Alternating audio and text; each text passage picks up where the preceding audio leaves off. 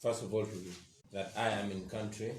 I am in the country. I made a trip to the United States on Tuesday, but unfortunately, beknownst to us and I believe to the officials at the airport. When I reached Qatar, it got to my knowledge that it's a U.S. policy that people that have been in South Africa in the period of 14 days could not access the United States.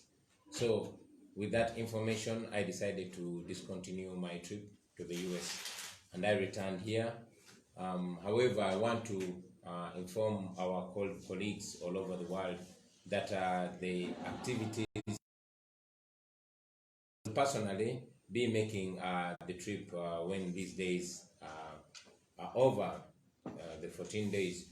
But still, like I say, the activities are continuing as planned. I will be present, although virtually, on the engagements tomorrow and the day after tomorrow. So much as I will not be physically present, I will be virtually present. And those leaders that were not able to make the trip will also be present virtually. But like I said, two of my deputy presidents have made the trip. Our Secretary General will be there, and I'm sure we will be very well represented. I continue to call upon the comrades in the diaspora to be involved. This might have come in a way that we would not want it to come, but it communicates to us that we can function wherever we are under whatever circumstances.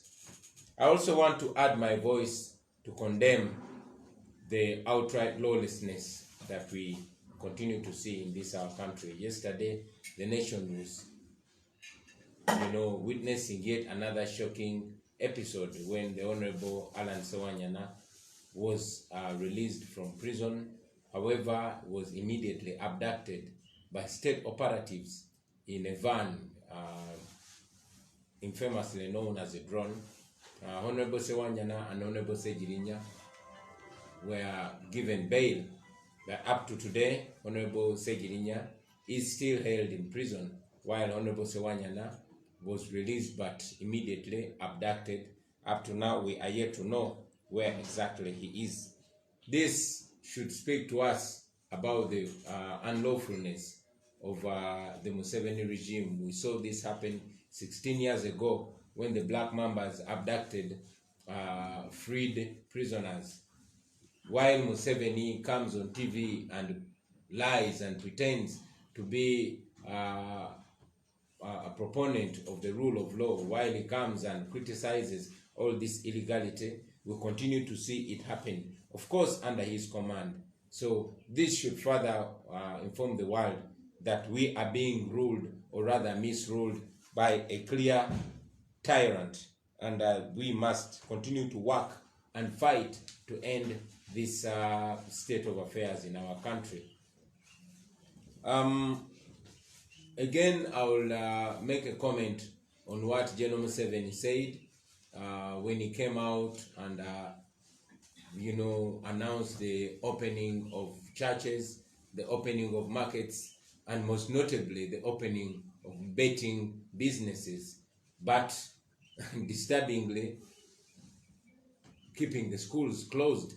Now our children are stuck home, but they are allowed to go to betting clubs. They are allowed to go to the markets and to the churches as well, but the schools are open. So seems that it's okay for Museveni for everything else to continue as usual, but for the schools to continue being closed. We should remember that we are the only country in the region that has schools closed. The numbers of teenagers getting pregnant are skyrocketing. We also, Museveni, come out to assert that it's okay for our young children to be impregnated, to get pregnant for as long as they've not died, thereby seemingly endorsing the immoral people that get our children pregnant, and also his wife also castigating the parents that they are apparently responsible for the pregnancy, for the early pregnancy of their children. It further speaks to the disconnection of those that rule over us from the people that are being ruled. It is sad, but again, it reminds us how much and how urgent the fight to free ourselves is. Otherwise, every day, like I say, every month, every week, and every year that Museveni rules over us, we go back 5 steps behind. And it should speak to us. My message again to the comrades in the diaspora: stay united, stay focused. We are relying a great deal on you because you are living in countries that are under the rule of law. Therefore, you can exercise your rights to protest, to demonstrate, but most importantly, to advocate for disconnection and to push for the stoppage of continued support of international the international community and development partners, the support they give to the Ugandan tyrant who is squeezing every last breath out of our democracy. Thank you. Katika mbyogere ndoza mu Luganda njabebaza baganda baffe banamawulire okubeera naffe olwaleero. Ensonga ntono ze mbadde njagala okwogerako ng'esooka ey'okutegeeza eggwanga nti mwendi mu ggwanga saasobodde kugenda Amerika kwegatta ku mikolo egyategekeddwa baganda baffe aba NUP, aba People Power n'abalwanyizi b'enkyukakyuka okwetoloola ensi yonna.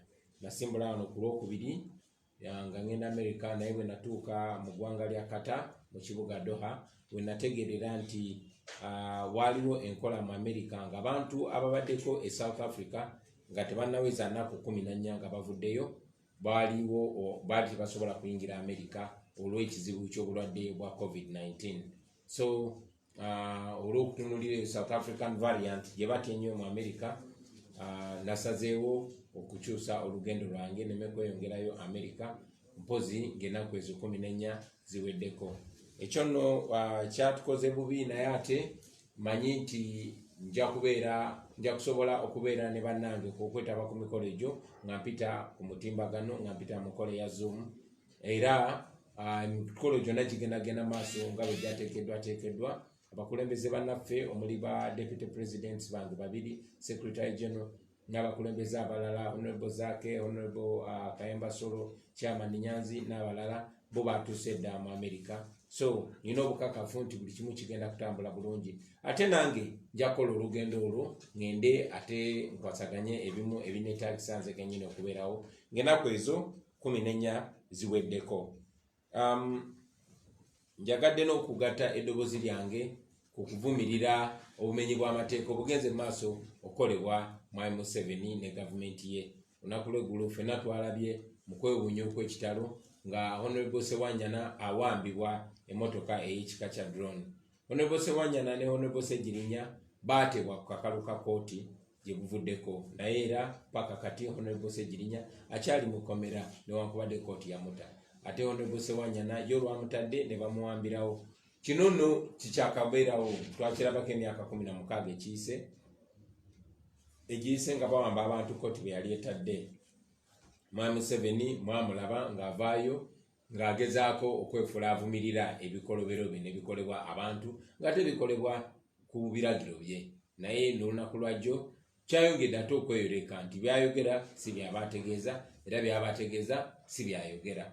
Kale nno kitulaga nti tuli ku lwaffe era tulina okugenda mu maaso okulwana ennyo okwetaasa ku Mwami Museveni. Mwamulidde bwe yavuddeyo n'agamba n'ogamba nti bail si ddembe lya muntu eriteekebwa mu constitution, kiraga nti constitution agisoma agiwunzise.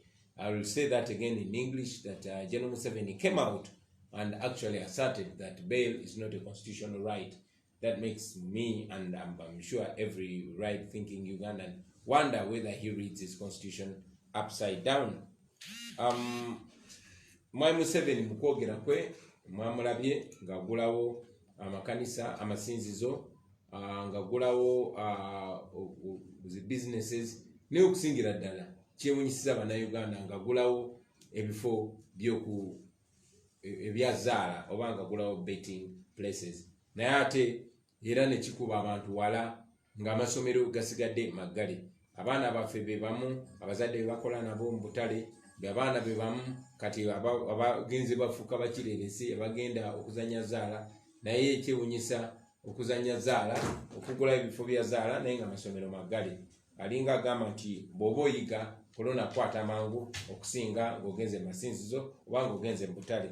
Ekyo nno kyongera otulaga nti Museveni ayagala Uganda etategeera, ayagala Uganda etali nzuukufu. Ensonga lwaki bafuba amasomero g'abaana baffe ogakuuma nga maggale abaana baffe baleme kubeera mu masomero. Amasomero g'abagagga ffenna tukimanyi nti magule era basoma. Ekyo kyongera obalaga nti omwavu alina okwerwanako yekka ng'omuntu. Omuntu wa wansi alina okwerwanako yekka ng'omuntu wa wansi. Nja kumaliriza nga mpa obubaka baganda baffe abali emitala w'amayanja mu diaspora yonna gye muli. Tubayimiriddeko nnyo, musobola okukola ekyamaanyi nnyo okuyamba okuleeta enkyukakyuka mu ggwanga lino Uganda yonna gye muli. Musobola okusaawo embeera, musobola okuteeka pressure kwabo babakulembera, kubanga tumanyi nti Uganda ebeerawo nnyo mu kwewola ssente ate mmwe n'abaana bammwe n'abazzukulu ze bagenda okusasula. So muyina eddoboozi ddene nnyo lye musobola okugattako. Manyi nti olunaku lwaleero bannaffe abali mu Amerika bagenda kubeera New York nga beekalakaasa. Njagala obeebaza n'okubawagira n'okubazaamu amaanyi mugende mu maaso, n'abasobola okikola okwetoola eggwanga lyonna tubawagira mugende mu maaso nga mukola bwe mutyo. Mwebale nnyo bassebo, kati nja kuwulirizako ebibuuzo byammwe ne bannyabo. Shall take 3 questions. I think there'll be enough. Okay. Yeah. Yes, one from now is Sebo. Ndozatemba Media House CM. No. Okay. 1, 2. Okay. My name is Shamima Makota. I want to inquire from you. I want to get clarity on what you make of the president saying the bail is not a constitutional right. What do you think is his intention?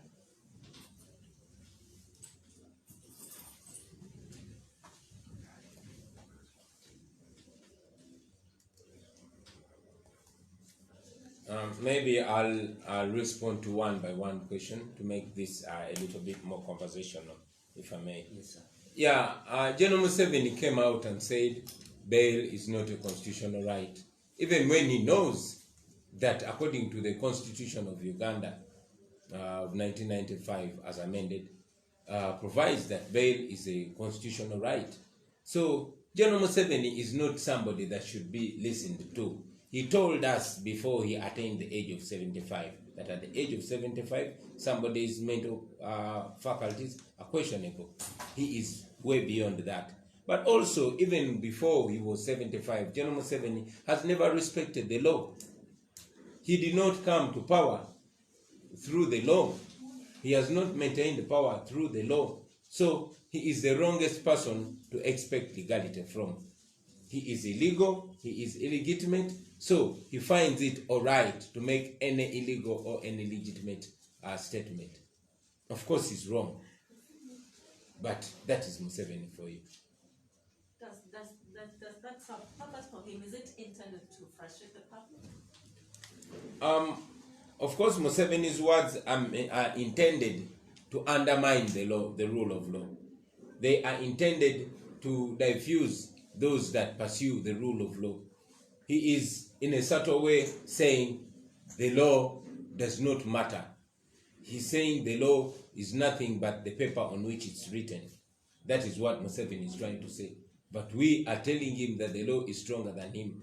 We continue to tell him that Uganda has seen more ferocious and more law-undermining dictators than him. But they've all gone like he will eventually go. Yes, my brother. Yes. Honorable Suhail Mugabe from CTV. My first question is about securing the release of Honorable Sekili, a member of your party. We understand that he traveled to the US. Honorable Zaki traveled to the USA, who's one of his sureties. And that's why his release wasn't secured yesterday. But then besides also securing release, how about securing freedoms? Because we know that although some were granted bail and they were released, still Honorable Sewanyana was arrested. So we just want to hear from you about securing the release of your for leading the party and also securing their freedoms in regards to the current state of affairs. Thank you very much. Yeah, and I'm glad you drew a line between securing release and securing freedom. The Honorable Zake traveled to the United States, but he left all the necessary documentation signed, as we all remember that these, our comrades, were given bail not just yesterday but a few days ago. But even when they were given bail, they remained under custody. The brutal and illegal rearrest, or rather abduction, of the Honorable Alan Sewanyana further speaks that even if Segirinya was released, he would also be abducted, because the Honorable Sewanyana was released and abducted immediately. That shows that even Segirinya would have faced the same fate. So there's one thing releasing and one thing being free. We all are under, we are all in prison until we get rid of somebody that has no respect for our rights and the rule of law whatsoever. Yes, please. We have another question. Yes, Mr. Avudde. President Katibuuze mu Uganda. Abawagizi ba NUP babadde bagamba nti bukyanga bakwata Honorable Segirinya ne Honorable Alan Sewanyana. Nga President waabwe bwe abava mu kibiina ekyo badde tebawuliranga ku ddoboozi lyo ku nsonga yaabwe ey'okubakwata emisango gyabateekebwako. Wetwebuuliza akaseera kano lwaki akaseera kano boogeddeko nga n'abawaadi ne beyire egaanyi. Webale nnyo mukulu Sematimba Bwejire.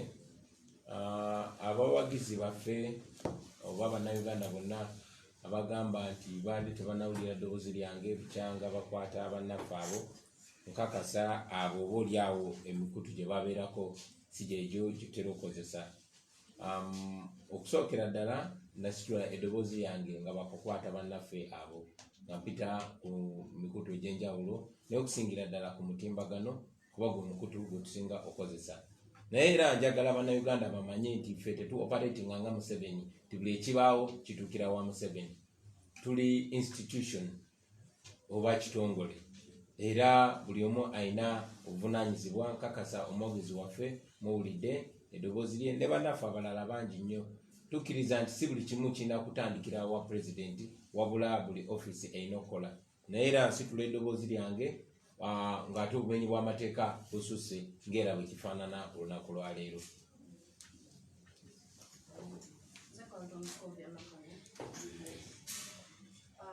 Neesawa nsonga z'omunda General Kaindo Tafiire yagambye nti ettemu eriri e Masaka obaoli abakulembeze ba NUP bavunaanyizibwa kyamaanyi n'okusinga gavumenti bwevunaanyizibwa okulimalawo kubanga abantu balonda bubi.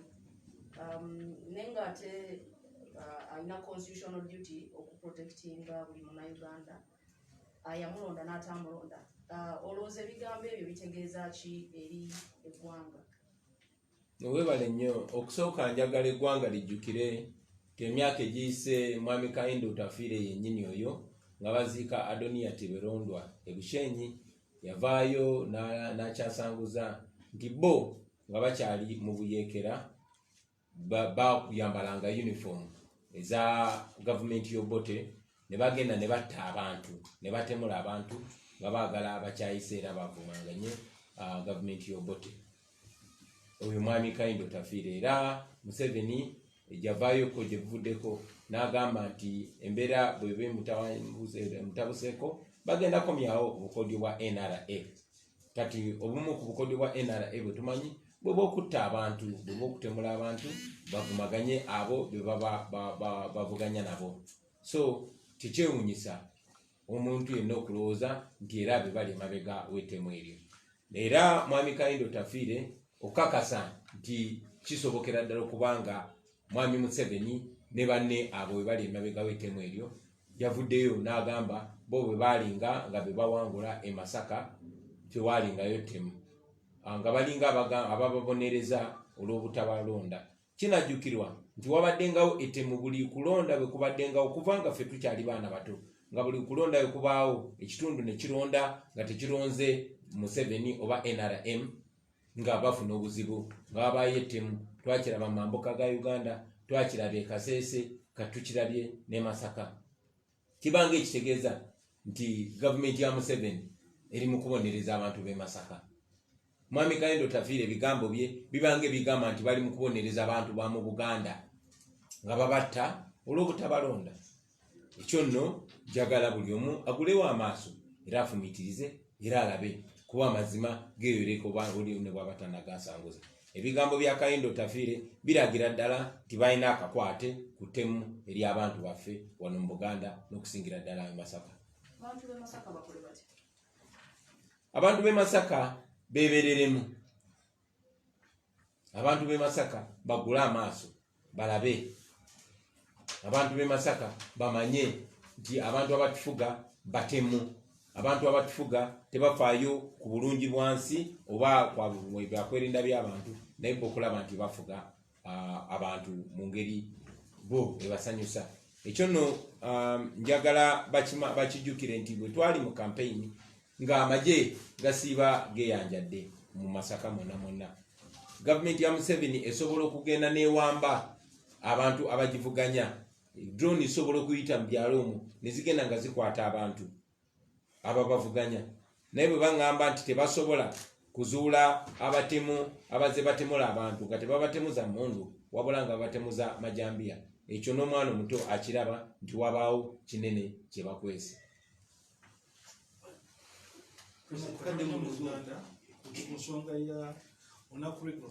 Kimbuuze mu Luzungu. I'm sorry? Equally would like to have that response in English in regards to the questions of Masaka. Yeah, like I've said, it was General Kayindo Tafiire who came out some years ago in Bushenyi on the body of Adonia Tebalirondwa, and he said that when they were still NRA insurgents, they would dress in UPC uniform or in government uniform and go around killing people in order to make them hate and detest the UPC government.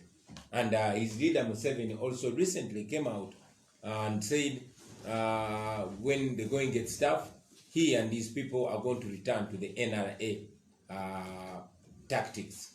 Now, because we know that NRA tactics include killing people